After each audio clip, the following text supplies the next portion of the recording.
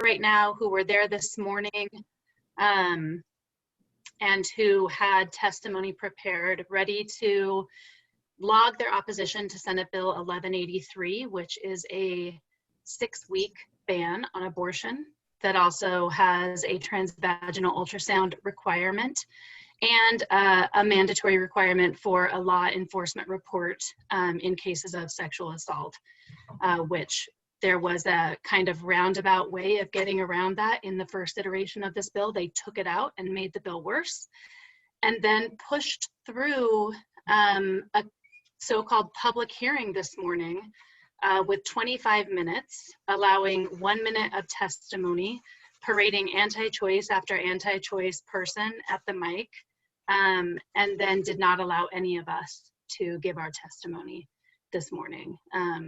It was an atrocious display. It was not a public hearing, it was in name only, and we are gathering here today to hold space and make sure that folks have the opportunity to testify against Senate Bill 1183, to log their opposition, and just to vent with one another, because that was an awful display. I want to let other folks have a chance to kind of talk about their feelings about it this morning before we kick off testimony as well. Thanks, Misty. Hi, everyone. I'm Lauren. I'm the policy strategist with the ACLU of Idaho. So glad to be sharing space. And I know that today's hearing was really hurtful. And I just, want to echo Misty's comments and note that that was not a public hearing. It was a public echo chamber. And dissenting voices should not be silenced, and it's critical that stakeholders are brought to the table to discuss public policy, and it's clear that the Idaho legislature is okay time and time again with silencing marginalized voices over and over again, and it's exhausting. And so yes, I'm glad to be sharing space with you all, holding righteous outrage, speaking truth to power, and holding folks accountable, because what happened today wasn't okay. Thank you, Lauren.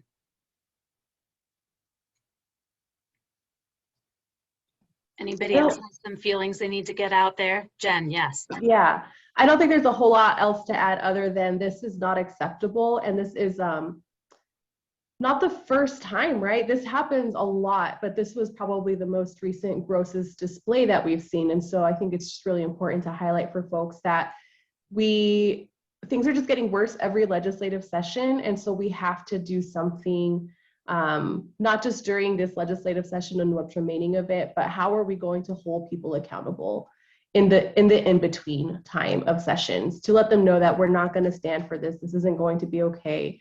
And that just because they're able to pass things through in a supermajority doesn't mean that they're representing the views of all Idahoans. And so I think it's really important that we hang on to that and start to strategize together in community on how we can ensure our voices are elevated for upcoming legislative sessions. So I just wanted to name that and just apologize to folks who took time out of their day, who woke up early and were on that call at 8 o'clock in the morning to testify and share your voice, and that it wasn't allowed. And I just want to apologize for that, because I don't know if you took time off of work or had to relive any of trauma that you might have experienced to share that story today. And there was no space afforded to that. So we want to give you that space, and we want to give you that power and that autonomy to take that back so that we can together move forward and hold the legislature accountable. So thank you for joining us.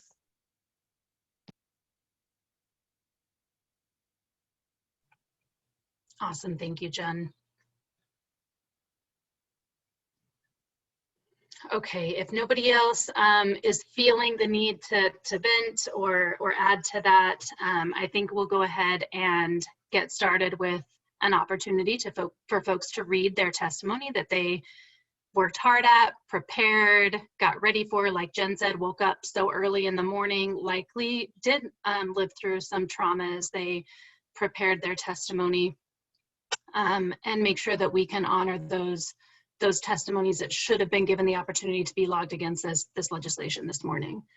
Also for folks, you know, I've received a few direct messages this morning from folks who saw our event and wished that they could attend, but could only take this morning off work or had meetings or other things that conflicted with this time frame. And we want you to know that in our Facebook event, we're working on a link that we're going to drop in the Facebook event for folks to be able to click the link and drop their testimony there. And we're going to make sure that it gets in the hands of senators as this legislation moves through the process. So watch for that link soon. We'll make sure that it's on Facebook, on Twitter. We'll likely email it out to folks, and we'll make sure that your voice and your testimony is honored and gets before senators before they have an opportunity to vote on this on the Senate floor. So I will go ahead and kick us off with the readings of our testimonies.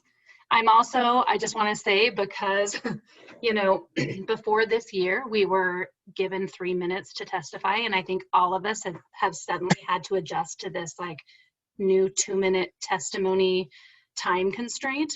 I'm not doing it now. I have a bigger, longer version of my testimony that I'm going to read today, since we're not in committee and there's not a chairperson to shut us down. So mine might go a little bit longer than the 2 minutes that would be allowed. But I'm going to take the opportunity and take that space. So, Chairperson Lodge, members of the committee, my name is Misty Deli Carpini Tolman.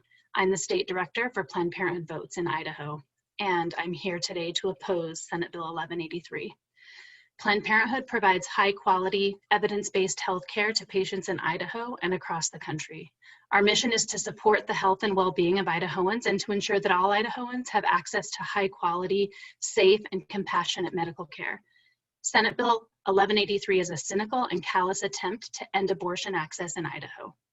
This bill would enshrine into Idaho law an extreme and unconstitutional restriction on abortion starting at approximately 6 weeks of pregnancy, before most people even know that they are pregnant. Put another way, this bill could take away a person's right to make their own medical decisions before they even know that they have a decision to make. 48 years ago in Roe v. Wade, the Supreme Court held that states may not ban abortion before viability for any reason. The Supreme Court has repeatedly reaffirmed this conclusion, including in Planned Parenthood v. Casey in 1992, and most recently in June Medical Services v. Russo in 2020. A ban on abortion before viability, regardless of any exceptions, is blatantly unconstitutional, and 6-week bans on abortion in states like Kentucky, Mississippi, North Dakota, Iowa, Ohio, and Tennessee have been struck down as such every time they've been challenged.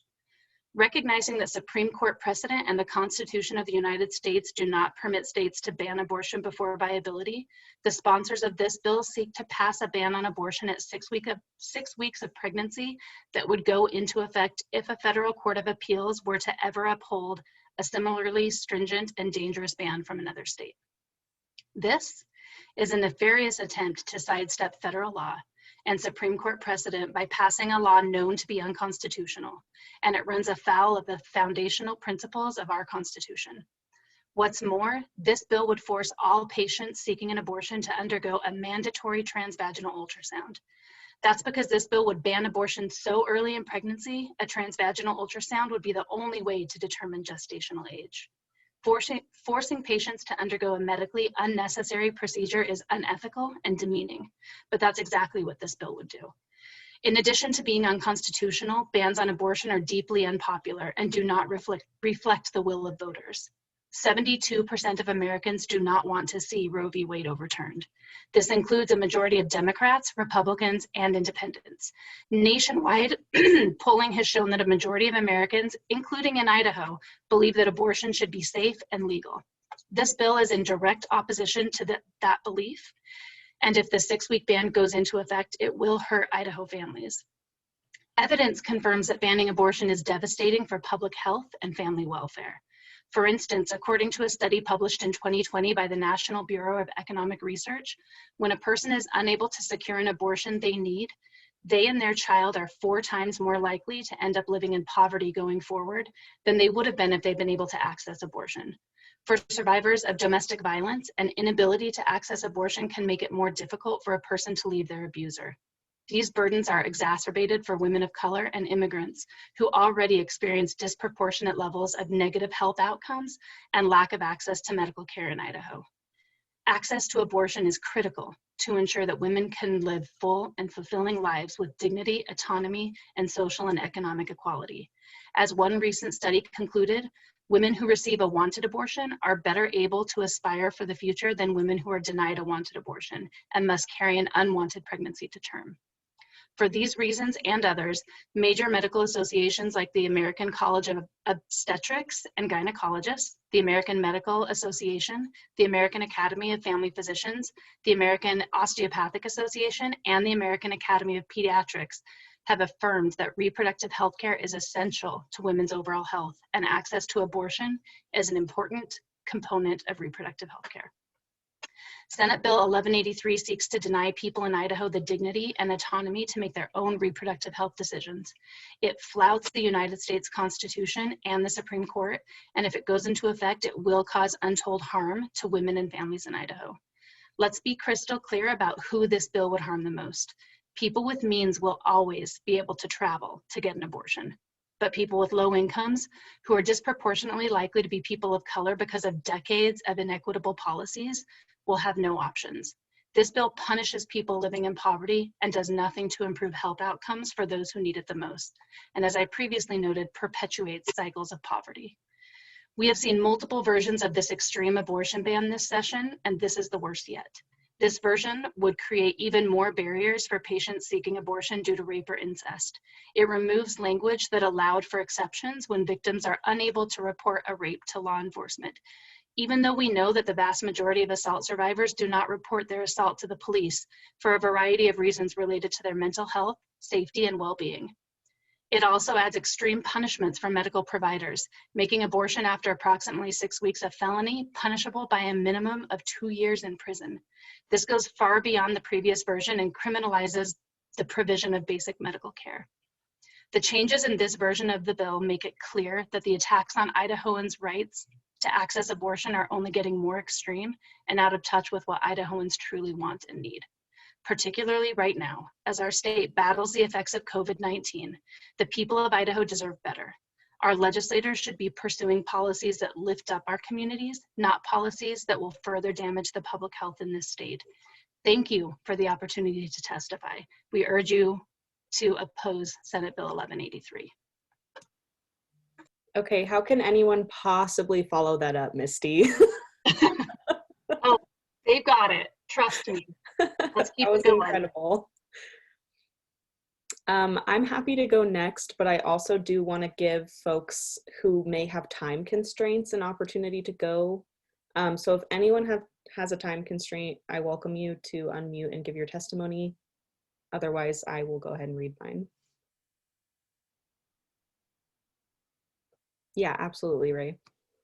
And mine's really short because I was just stressing out and trying to do it in a minute. So it'll probably be longer than a minute, but I can at least like take a breath between sentences instead of just like absolutely talking at the speed of light. Anyways, so I will go ahead and read mine and then I'll pass it to Ray and then we can all take turns reading our testimonies as well. But I also just want to say thank you, Misty. That was an incredible testimony and you really encompassed everything that I was feeling. So this is my testimony. Good morning, chairperson and members of the committee. My name is Paige McMahon and I live in District 16 here in Boise and I'm representing myself today. It's important to me that Senate Bill 1183 does not pass because if I were ever to become pregnant, I would personally seek abortion. I do not have the financial means to support a child. I believe that every child should be a wanted child and that everyone who needs an abortion should be able to access it. I feel strongly that you need to hear my story today because you need to know that Idahoans have had and will continue to have abortions. Abortion is a deeply personal decision that should stay between an individual and their healthcare provider. And this bill only further stigmatizes a completely safe and normal healthcare procedure and aims to control your constituents' bodies, lives, and decisions. We know that abortion ban bills such as this are unconstitutional. These bills do not save lives. They do not end abortion. They simply make it illegal and unsafe to access an abortion, forcing people to seek out dangerous alternative ways to end their pregnancies. Your communities have consistently expressed a desire for less governmental control and the ability to make decisions about their lives based on what they know is best for them. I'd like the government to stay out of personal decisions being made about my body and my health, and I'd like you to vote no on this bill. Thank you. And I'll go ahead and pass it to Ray. Yeah, thank you, Paige. That was great. My name is Saray Simpson. I live in District 20, and I'm here to testify in opposition to SB 1132. This bill will force pregnant people to have a transvaginal procedure in which a probe is inserted into the vagina and then moved around until an ultrasound image is produced under any other circumstances. Forcing an unwilling person to submit to a vaginal probing would be a violation beyond imagining. Requiring a doctor to commit such an act, especially when medically unnecessary, and to submit to an arbitrary waiting period is to contradict medical ethics, if not common decency. Even with seeing that cardiac activity, about 5 to 10% of pregnancies will go on to miscarry because there are other abnormalities that we don't detect on the ultrasound at those early stages. In the very early stages after conception, it's difficult to tell whether a pregnancy will grow normally or whether it's even located in the uterus. Ectopic pregnancies, where the fertilized egg implants somewhere other than the uterus, occur in about 20 out of every 1,000 pregnancies, according to the Mayo Clinic. This bill affects teens and young adults because if they were to get pregnant in school or college, they should be able to have that choice of getting an abortion, a choice which our state is severely limiting. I do not think that this bill will drastically change how many abortions will happen, but rather increase the dangerous ways pregnant people have gotten abortions in the past, which increases the chances of killing them as well as terminating the pregnancy. That is not pro-life. SB 1132 also requires the individual must file a report after rape in order to get an abortion, and we know that there are many reasons why people would not report. It would also force victims to report rape or sex abuse to the police before they can get an abortion, a process which would clearly re-victimize them. This will force people to recount being raped, which is the reason many victims don't go to the police in the first place. According to the Rape, Abuse, and Incest National Network, 75% of sexual assaults go unreported. None of the recent laws include provisions for emotional, community, or financial support for parents and babies. Forcing people to carry unwanted pregnancies to term, especially without addressing the multifaceted challenges associated with bringing a baby to the world, will not only worsen the mental and physical health disparities and socioeconomic challenges for groups already disproportionately affected by these struggles. I urge you to vote no on this bill. Thank you.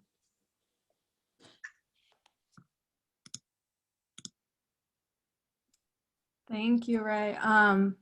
Alrighty, here, I will take it off. My name is Karin Levine. I reside in Boise, and thank you, Chairperson and members of the committee. I am here to speak about this bill. This bill will add Idaho to the list of states that have tried and failed to implement this kind of legislation. I believe we're up to 7 now. Because this is so clearly unconstitutional. But here we are asking Idaho taxpayers to pay for an impending legal battle that will do nothing but suck resources away from work on issues that will actually improve the lives of Idahoans. I also have to question that this bill is truly rooted in child welfare.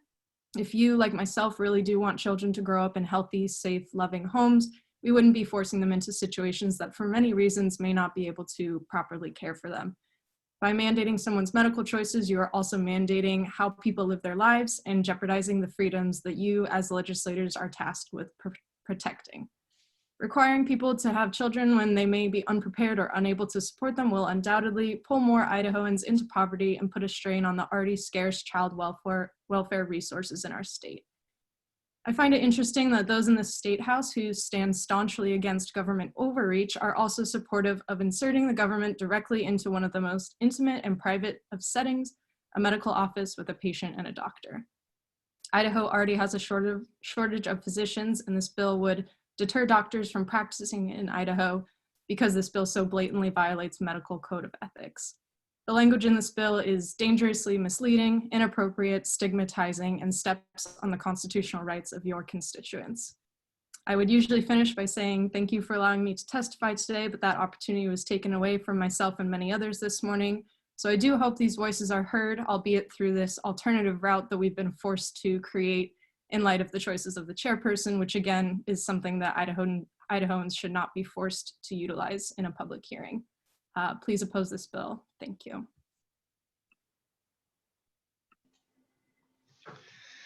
Thank you, Karin, and thank you everyone else on this call. My name is Cameron Needham. I am from Boise, Idaho, District 21.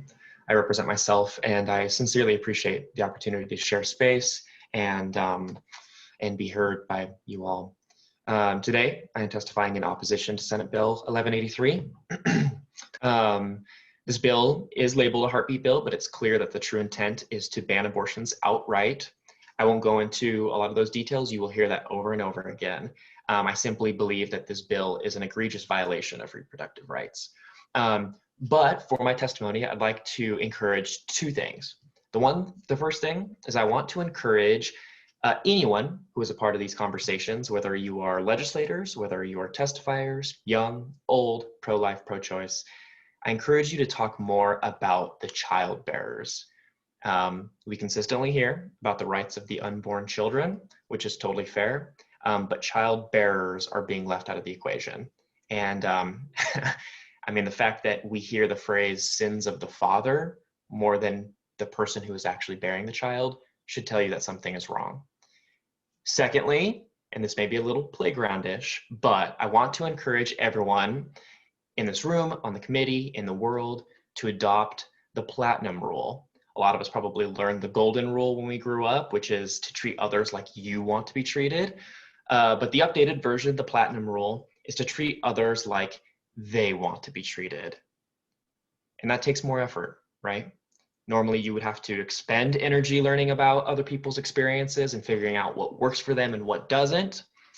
And today we didn't get that opportunity. So I want to take this moment to make it easier for you when you see this and tell you how I want to be treated. All I want is the right to choose how I live my life, to choose when I start a family, just like you can. I don't expect you to change how you function in day-to-day life. I don't expect you to change how your family functions in day-to-day life. None of my wants will affect you directly. I just want the same rights as you. So I sincerely hope you take that to heart. Please vote no on Senate Bill 1183. Thank you for your time.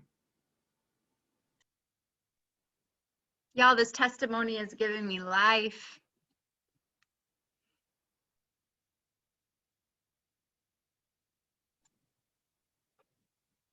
Yep, that's been so great. Thank you to everyone who's taking the time to share your testimony with us today, who took the time to prep testimony, those who couldn't be here with us today, who I know prepped testimony and were denied the opportunity to have their voice heard this morning in Senate State Affairs.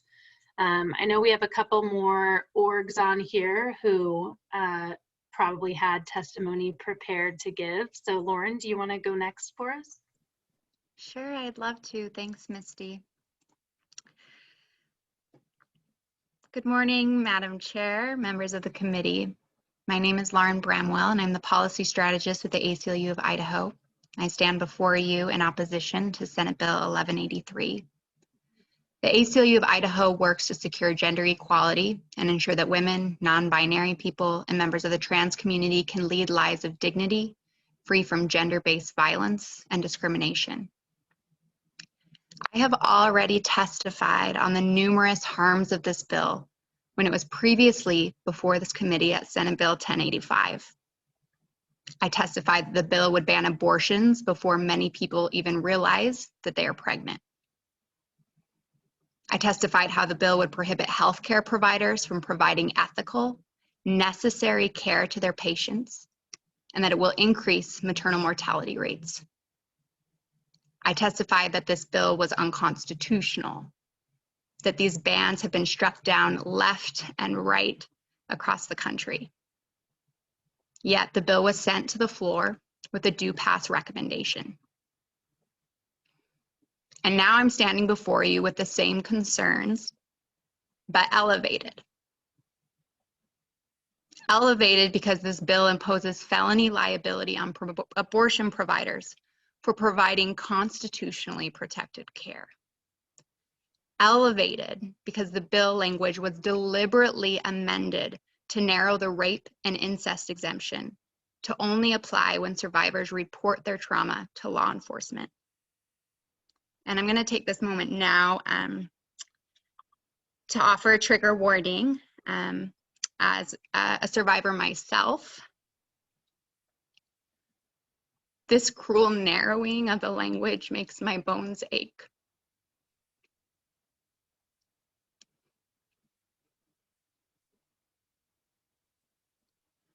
Applying for an exemption asks victims to undertake an onerous process that can compound the trauma of being raped and becoming pregnant. Reporting requirements ignore the realities of survivors of sexual violence. It ignores the myriad of reasons a person may choose not to report. According to a 2010 CDC report, more than half of female victims of rape report being sexually assaulted by an intimate partner, and 40% by an acquaintance. Survivors of intimate partner violence may not involve the police due to a desire for privacy, concern for their children, or because they believe that calling the police will only make things worse. Some may not report due to fear of retaliation. Rape exemptions also fail to acknowledge that many survivors, particularly survivors for communities of color, do not feel safe reporting to police. According to a study from the National Coalition of Anti-Violence Programs, transgender people of color were 6 times more likely to experience physical violence from the police compared to white cisgender survivors and victims. The intersection of racism and transphobia can make survivors and victims more vulnerable to violence and more likely to experience discrimination and violence from direct service providers and law enforcement officers. This change in the bill language feels deliberate. It feels cruel. And it feels like it was done without any consultation with survivors and organizations and advocates who specialize in offering support to survivors of intimate partner violence. For all these reasons, we ask you to oppose this harmful piece of legislation. I stand for questions.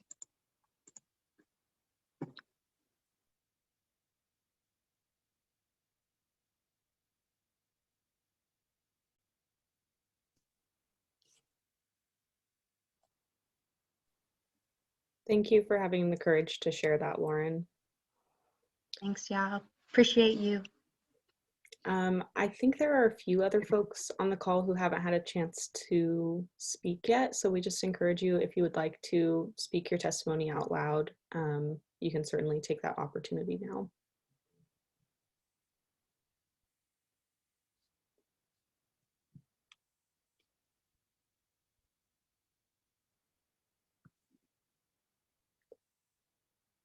And if we don't have anyone else who wants to share out loud on the call, I think, Misty, you can wrap us up and kind of just give some more information on where folks can write their testimony and submit it in a form. Absolutely. Thanks, Paige. And thank you to everyone who prepared testimony, who shared your thoughts and feelings on this awful bill. In the chat, it looks like Jen dropped a link for us. Thank you, Jen. Jen, do you want to talk a little bit about what this link is? I don't know if this is just a drop for testimony or if this emails folks. And maybe also just mention to, like, for the people who are watching live, where they can access this link outside of the Zoom.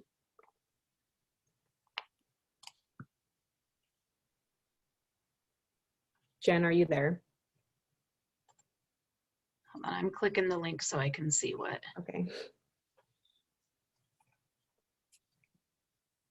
Okay, it looks like this is a way for you to be able to share your testimony with us, and we will make sure to ensure that that testimony is shared with the full Senate and make sure that your testimony is honored and seen by them, since we were denied that opportunity this morning in committee. So thank you for Jen for creating that link. For folks on the call, that link is in the chat right now. For folks who are not on the call, we'll make sure to drop it in our Facebook event.